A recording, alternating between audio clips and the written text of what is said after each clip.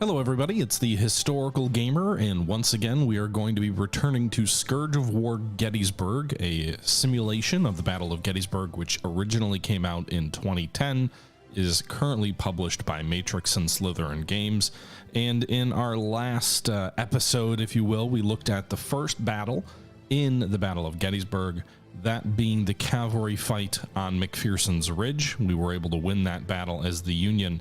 The game then proceeds to scenario number 2, which switches your side over to the Confederacy, which leads you, which has you leading has you leading Henry Heath's division in the assault on McPherson's Ridge.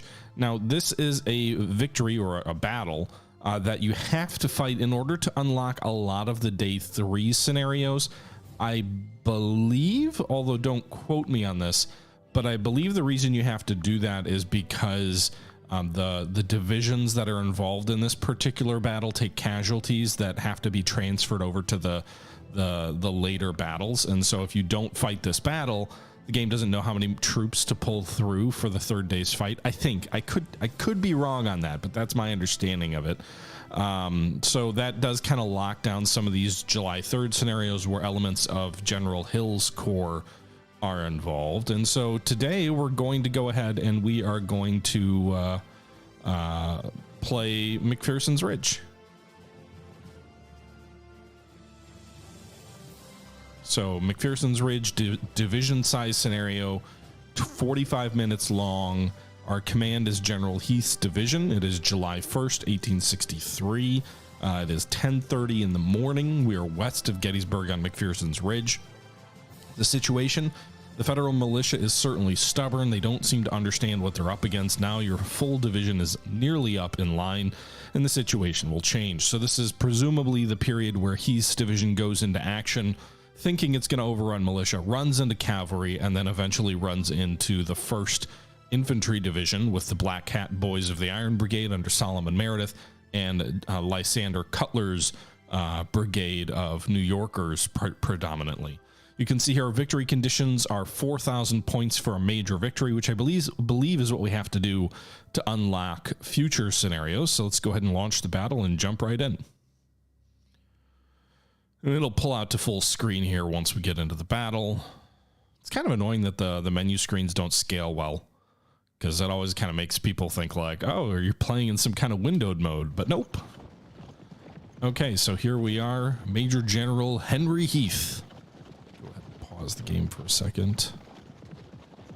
So you can see this is yours truly. This is my commander, Henry Heath. If I get killed or if he gets killed, then I die in the scenarios at defeat. Looks like we also have our supply wagon back with us. We have a battery of artillery. I'm assuming these are Napoleons, given the fact that they... Oh, no, that's a parrot. Well, it shouldn't be bronze like that, but whatever. Parrot, Napoleon. All right, so it looks like we've got 2 batteries of artillery here back on this ridge line, whichever ridge this is. Actually, and more artillery off here to the left. So we've got 4 batteries of artillery, as far as I can tell. We have more infantry coming up. It doesn't look like it.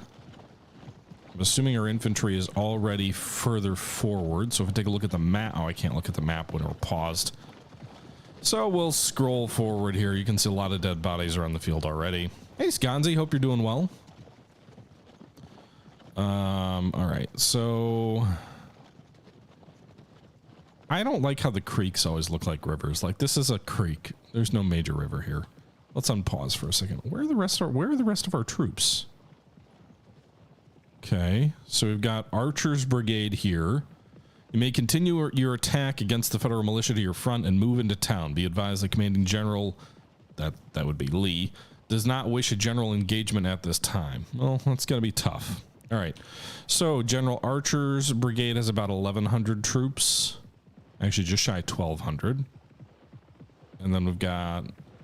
So his troops are in McPherson's Woods. That's the woods over here to the right. This is where the Iron Brigade will move up and deploy. We can see there's some Federal batteries of artillery here to the right of the woods. And these are definitely infantry, so we're not even fighting the cavalry at this point. These are Cutler's boys. So we've got the 84th New York, which appear to be Zouaves. We've got the 95th New York. Captain Hall's battery of artillery, 2 guns in position here. 2 further guns. This is a railroad cut here, which is a place where they absolutely got slaughtered when I was in Gettysburg. Was it in 2019 I was there, and I was looking under, there is an active railroad line through here, but I think there was a homeless guy under the bridge, like right here in that part of the battlefield. There was some stuff down there, which was, I didn't go under the bridge, but it was like, you can tell from that spot that it's very much a place you don't want to be. Like, it's a trench where you'd think you'd have defensive terrain around it, but, and again, this was not a completed railroad at the time. But if you ended up in it, you couldn't really shoot up out of it effectively, and the troops on top of the ground could shoot down on you. So it became a bloodbath there. And then we've got the 56 Pennsylvania and the 76 New York a little bit further out. I'm assuming, well, this is some field. I'm not sure what. Looks like there's Cutler, 2nd Brigade, 1st Division. Meredith will probably come up to his right into the woods. The Iron Brigade kind of deployed, I think, 2 or 3 regiments into these woods, and then another regiment into the cut. And then we've got 1 unit over here from Davis's brigade. So let's take a look at them. I'm going to unpause for a second. Let's take a look at the map. Okay. So, you know what I should do? I can just go to the units by following the order of battle, right?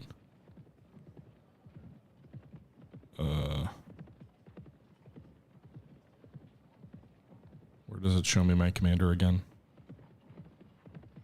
I don't want to be looking at the selected guy. Here we go, Heath.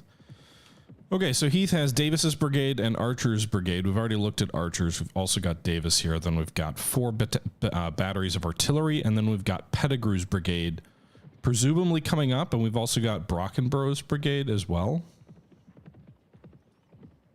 Doesn't look like I can go to these guys. These guys aren't on the map yet. Pettigrew is also hidden, so I don't think I can go to Pettigrew either. What is this nonsense about my division being mostly deployed? I've only got 2 brigades, and the biggest is off the map still. Right. Whatever. All right, so let's see here. So, how are we gonna best? Oh God, there's the Federal cavalry back here. Gamble's troops. So how best to attack these boys? Probably not just straight ahead and through fields. Problem is with Archer's brigade, my troops aren't super well deployed to support each other at the moment.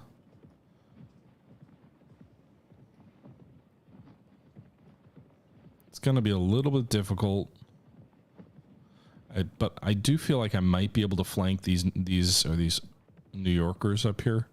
So let's take the 55th North Carolina. I'm just going to take command here. You don't have to do this in the game. You can let the AI command your troops. But I'm going to go ahead and take command from the AI for Davis. So I will be commanding Davis's troops directly rather than being, you know, a division commander and not. And then I'm going to try and see if we can sneak the 55th off over here.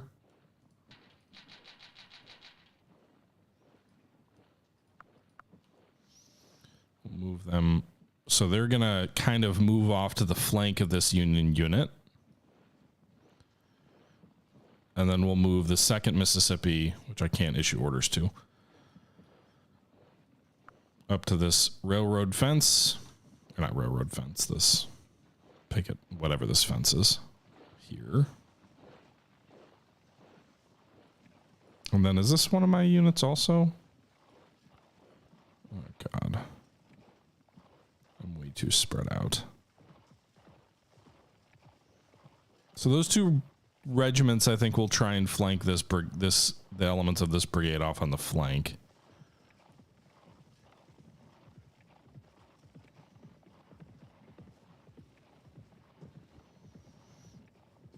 We will just, how close are we to these guns? 216 yards. I don't really want to be in canister range from these boys. So we're just going to swing these guys over here to the left a little bit. then yours truly is going to go right up over here. All right, so 1st Brigade, Davis's brigade, orders are issued.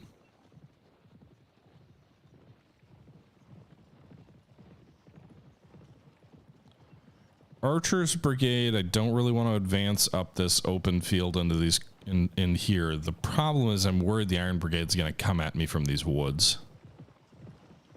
Let's get rid of these trees for a second. Well, maybe not. We've got one of these regiments way off over here to the edge of the woods. So why don't we do this, Archer? Get yourself back over here. And then we'll have you move the 5th Alabama, which is small, only 150 men here. Mostly just to sort of pin those troops in position. We'll move these guys over here. And then the 14th Tennessee will stay on the edge of this wood line to defend. Oh god, they're in canister range. Well, I guess the enemy guns are limbered up for the moment. To defend their flank. Meanwhile, I do want to bring my artillery up closer because it's not going to do jack for me back there. So let's go ahead and move these batteries forward. So we're going to take Lewis's battery and move them here in line.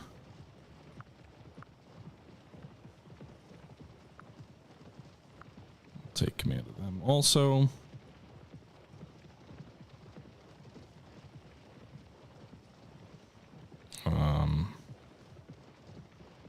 This guy over here.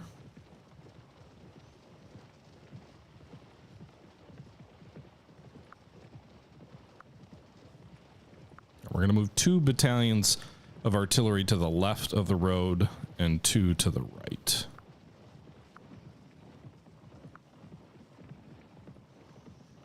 So those 2 to the left. Yours truly, I'm going to go up here. And then have we issued orders to Moore's battalion of artillery? I don't think we have. All right. Does that give me everybody selected? Did I remember to take command on all these units?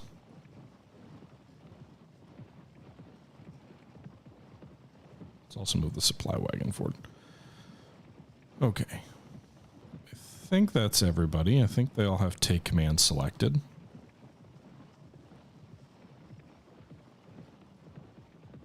Turn the trees and foliage back on and let's let these boys move. I don't want to be inside 200 yards of any artillery because that's when canister shot starts.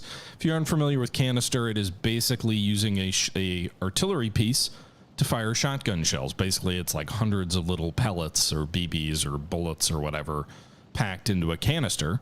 And when it goes off, it sprays and shreds everything in its path. And it is incredibly deadly for infantry. Because of the nature of, you know, the spreading round, it's obviously only good at close range, and so at further ranges you either use solid shot or case or shell shot, which are you know, exploding shells or a solid piece of metal, but at close range that shotgun type effect is devastating. Okay, so Archer has just sent us a note. The militia seems to be withdrawing. My brigade is advanced just short of the elevated ridge to my front and is far in advance of any support you may offer. I find the terrain to be difficult and my command will be divided by the woods to my front. Canister. Glorious to fire, diabolical to be shot at. Yeah, I mean, basically. It's over here. Okay, so we are out of range of these New Yorkers here. The 147th. Range is 160 yards in this game. So we are maneuvering here for position.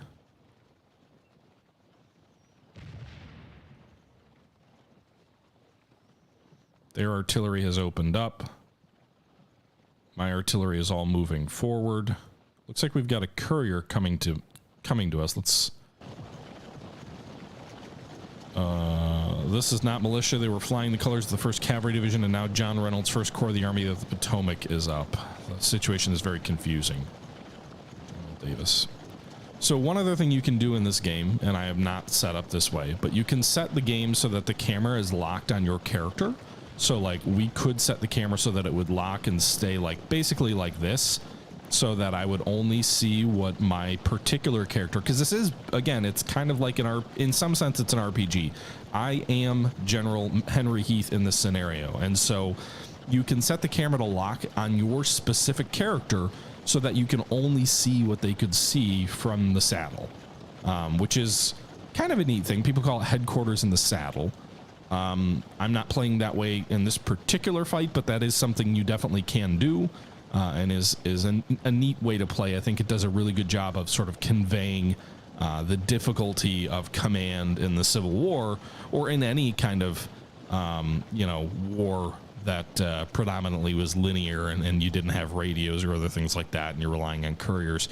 You can also issue orders via courier, so I'm not going to do that, but is it the C button? Yeah, so you can go to the courier system here, and you can find any of the units here, and then I can go ahead and say, like, from Major General Heath to the 14th Tennessee, execute whatever. I could tell them to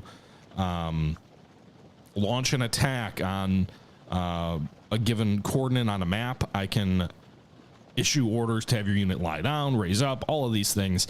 And then if you're playing in an online game, which a game does support online play, you can do free text if you want to type it to someone. So imagine playing, headquarters in the saddle, and then limiting yourself to, again, playing headquarters in the saddle, and then essentially playing with typed out orders as if you were like handwriting these orders. Is the cursor a bayonet? I guess maybe. Kind of looks like one. Right, we are in range of these New Yorkers. They are turning to fire on us. I'm assuming they're in a fence. They are. We are now also on the fence line. So we're going to line up about 600 men, just shy of 600 men along this fence line. Let's go ahead and do it at the double, boys.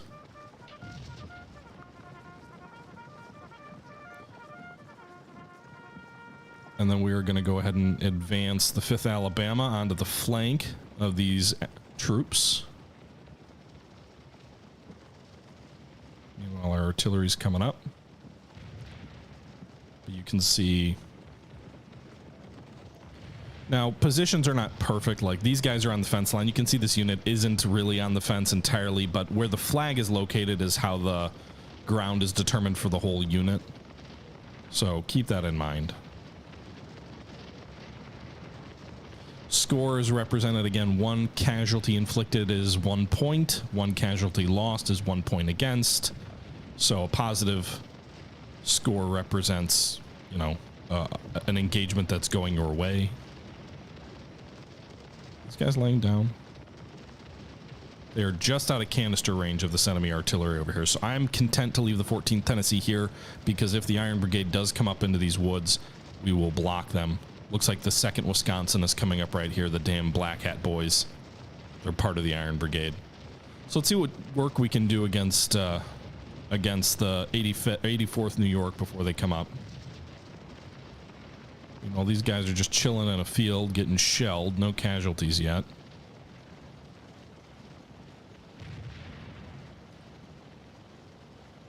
Hey, well, welcome, Haster. Welcome. It's good to see you. Thanks for the support. All right, so the objective of this scenario appears to be the left flank, because it'll let us flank the Union out of their position. So while we are focusing on the woods in the right over by McPherson's farm, let's go ahead and move the 2nd Mississippi up. They've got about 500 men. Move them up to engage the 76th New York. Meanwhile, the 55th North Carolina will advance on the flank. Again, and the concept, if you're unfamiliar with flanking and all of that, basically the flank is the edge of your line. So when you look at like Civil War combat, you have these long linear formations of soldiers packed shoulder to shoulder with muskets.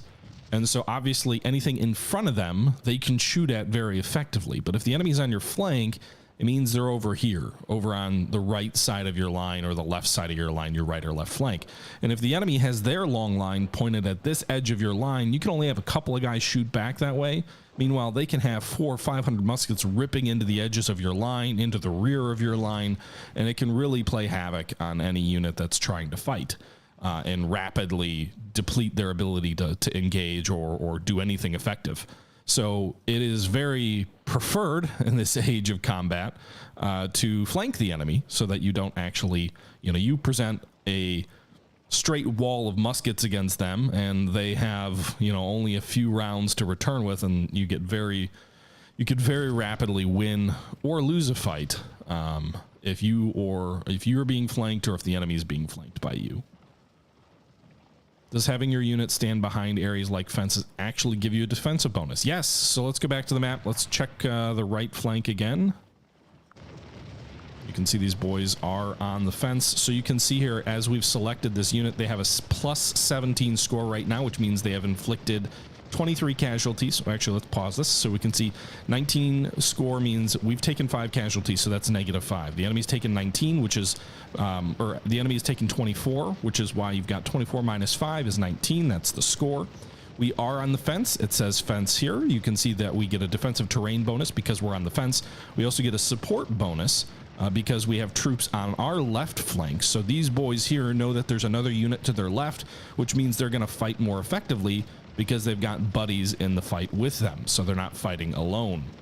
So yes, you are given an advantage for being behind a fence. Now these guys are technically in corn, which I think also counts as defensive terrain. High ground also counts as defensive terrain, but I don't know that it matters as much. I think based on the defensive terrain, that influences how good of an advantage it is or not. Meanwhile, we can see the Iron Brigades coming to position. The 6th Wisconsin still backed by the famous Lutheran Seminary back here, but we've got the 7th Wisconsin and the 2nd Wisconsin coming in. These are some of the best units in the Union Army, although Cutler's Brigade were no pushovers either. So 5 and 15, so that means we've inflicted 20 casualties from the 1st Tennessee, but we've taken 15. The 13th Alabama's taken 5 casualties and inflicted 24. So we have lost 20 men so far. The enemy has lost 7, 27, 51 men so far. So 51 casualties in the 84th New York. You can see they're getting shredded pretty good to just 20 or so. All right, so artillery is coming up. Panic has claimed more than one army through the ages. Yes, that is definitely true. All right, so we've got our boys coming up here. They should be unlimbering. Looks like they are. That artillery will be nice. Also can fire down the line of the enemy if they present their flank to me. So there's 2 batteries of artillery coming up, right? So we've got 8 guns coming up here. They're going to be relatively close range, but not yet at canister range. And then we've got these boys coming up, which are just out of range of the 147th New York. I'm going to keep my infantry here because these guys are in canister range, but all the enemy infantry has to do is move forward a few yards and they'll be able to ravage my troops or my artillery. And I don't want that to happen. So the Yanks here are staying still for the moment. Artillery is unlimbering. Just out of range of the enemy gun or the enemy infantry. They have some of their artillery firing at me. We lost one man there to shell fire.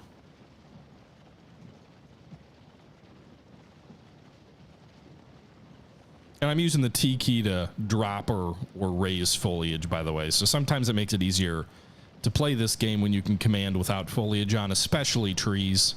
You can also adjust scroll speed, by the way. Why this guy's not shooting back? Oh, they haven't adjusted their line yet. Oh shit, did they rout one of my guns already?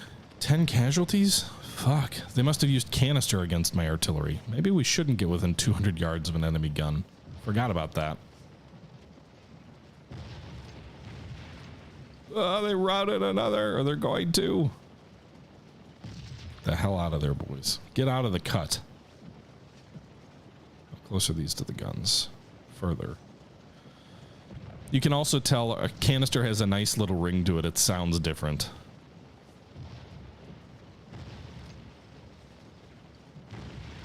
And there goes the second gun. So I got 2 of my guns routed.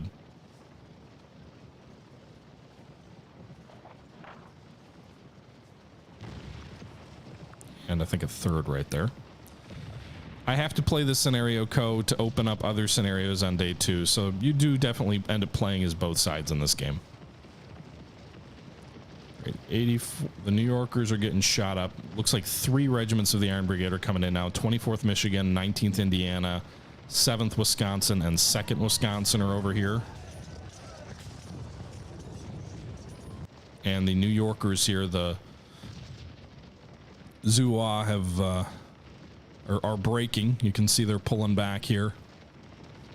So I imagine we're going to end up facing more Yanks coming over here to protect their flank.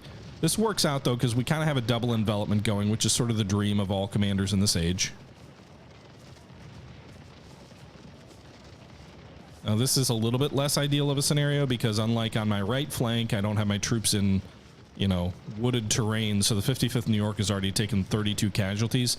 In a stand-up fight, they're actually slightly losing. The 76th New York has taken about as many, slightly more against us. But we've also got the 2nd Mississippi, which is hitting these New Yorkers from the flank. So while these troops are taking fire to the front, the New Yorkers are taking fire on their flank as well. So 5 means 59, and then here is 30. So the enemy's lost almost 100 casualties in the 76th New York. And then what we can do is, as these guys pull back, we can push up the line, and we can go against these boys as well.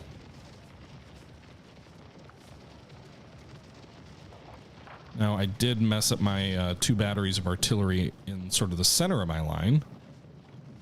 Got them wrecked by enemy artillery fire by being in canister range. So one of my batteries got pretty well shredded. Captain Victor Morin's battery here. You can see a negative 71 score. He has 1 gun left.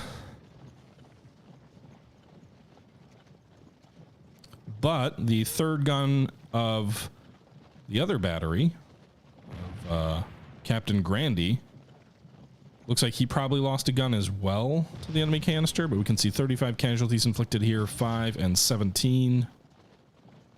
So we're inflicting heavy losses on the 147th at close range. The enemy could try and come after us with their infantry, but we've got infantry waiting in the woods here. So the enemy's pulling back. We're going to push in on their flank. Then let's go check the McPherson's woods situation here. Let's pause. Get rid of the trees for the moment. So the 14th Tennessee's taken 35 casualties, largely just from enemy artillery. They're just laying down, trying to protect my flank. Mainly, I'm just worried about if they bring the 6th Wisconsin up to get in behind me. But I think we'll actually have these boys fall back. Retreat,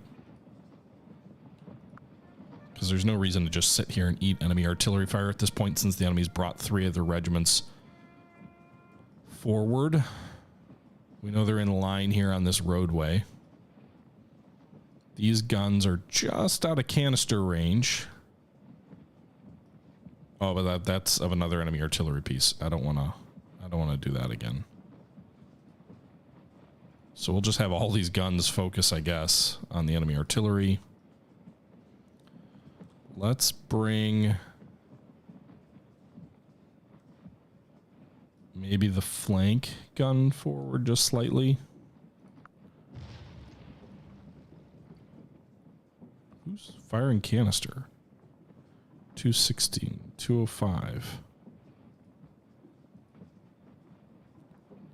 So that's the other nice thing, is if the enemy tried to push up the road here with their troops in column, they'd be in major trouble as well.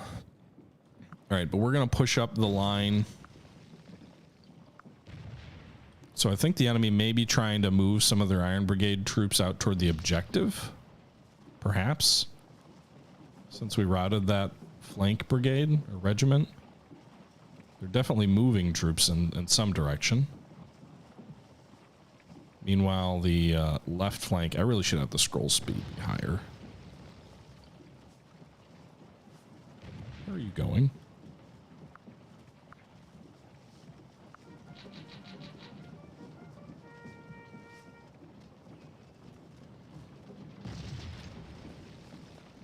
All right, the artillery might break the 147th New York all by itself.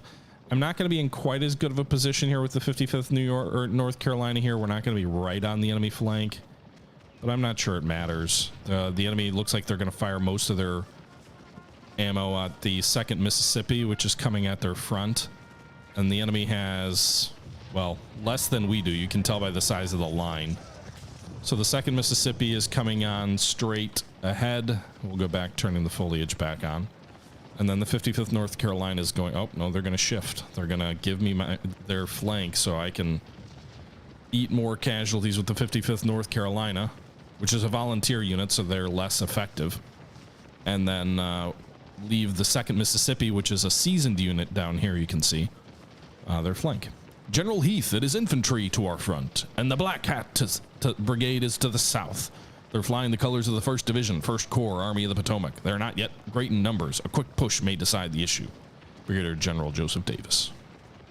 Well, General Davis, you were wrong. Heath's division historically gets wrecked here, but in any event, I'm in a good position here on their flank.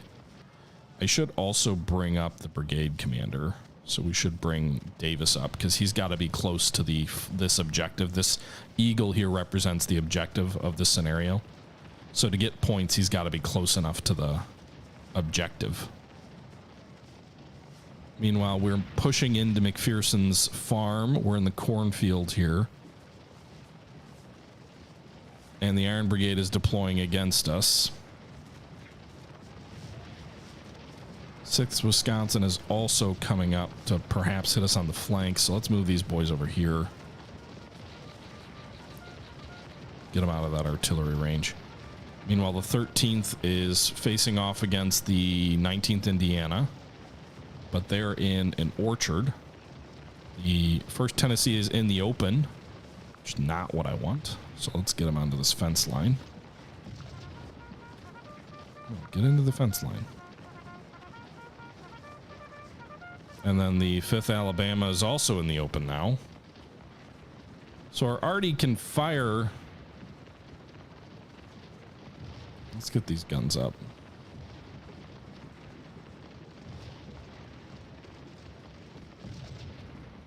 No visible targets are in range. All right, boys, I guess we'll move the artillery forward a little bit.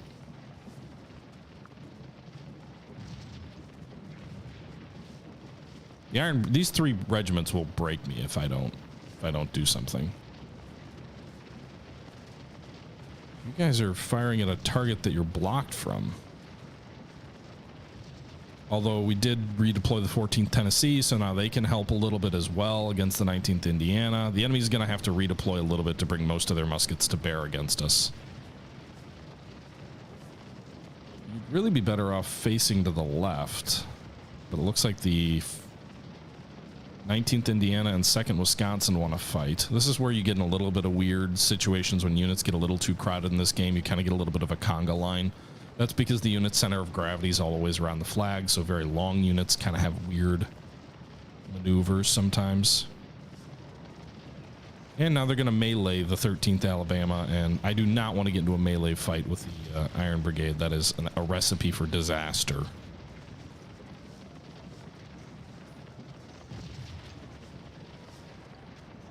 All right, so we have taken the objective on the right flank.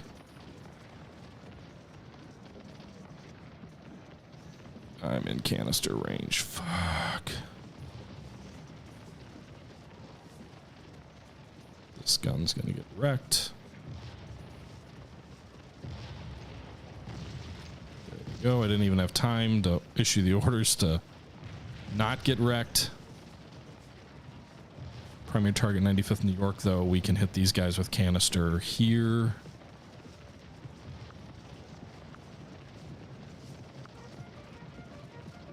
Oh, they're also taking casualties from the enemy musketry, so that's something to factor in. How about you withdraw by recoil? I don't want you inside 160.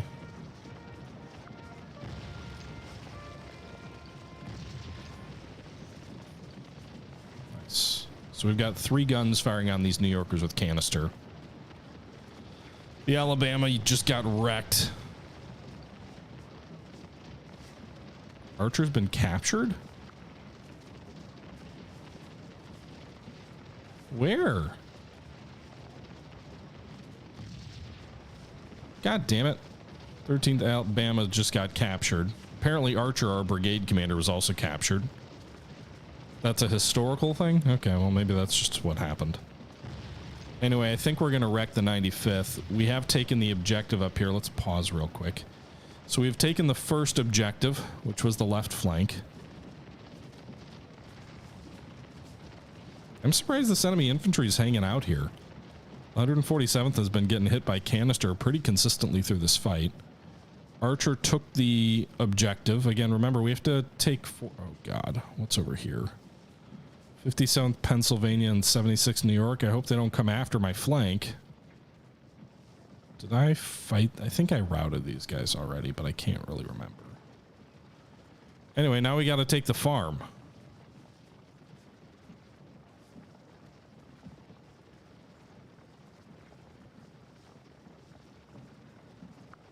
So let's go ahead and advance Davis's brigade. He's going to have to do the lifting.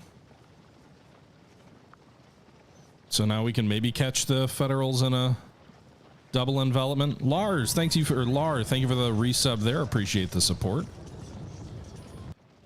These guys are technically in the open, I think, or in the field. So let's also move the 42nd Mississippi forward. Maybe the New Yorkers here won't last long.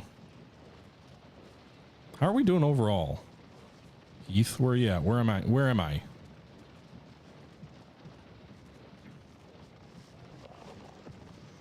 $1,200. We need a bit more than that. All right. This is not a great situation to be in on the right flank. This is a crack brigade. Just took out one of my regiments. They outnumber me heavily. 6 Wisconsin's coming in here at a sprint, it looks like. All right, at least the 1st Tennessee's behind a fence. Disclude, thank you for the resub. Appreciate the support as well.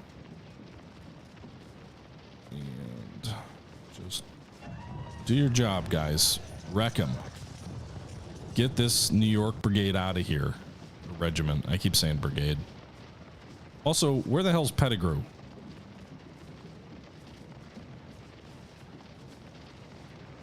What was that guy doing? I'm hoping these guys stay in the woods and that we can just kind of come up behind the Federals. But they're probably just going to need to shift their line to face us. 1st Tennessee's still doing okay casualty-wise. 14th Tennessee, they're confident, which is not good. Anytime your morale drops to confident, bad things happen. I've gotten my artillery shot up pretty effectively, which is not great. Nice. Okay, we have driven the 95th New York back. Bad day to be in Lysander Cutler's brigade, huh?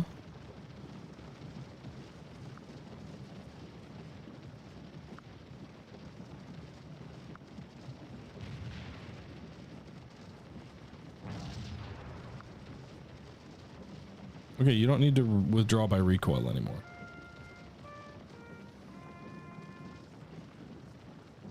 All right. 14th Tennessee's hanging in there for now. No one's in range for the 1st Tennessee? Are they charging me? No, these are routing. Those guys are routing. They routed right into me. Oh, hell yeah. I'll take the POWs. All right. Thanks for the POWs, boys. free captives. All right. 14th Tennessee, can you withdraw? I just don't. I want you guys to like get out of there. Can you just ordering these guys to march while under fire is probably a bad idea. But you're getting flanked.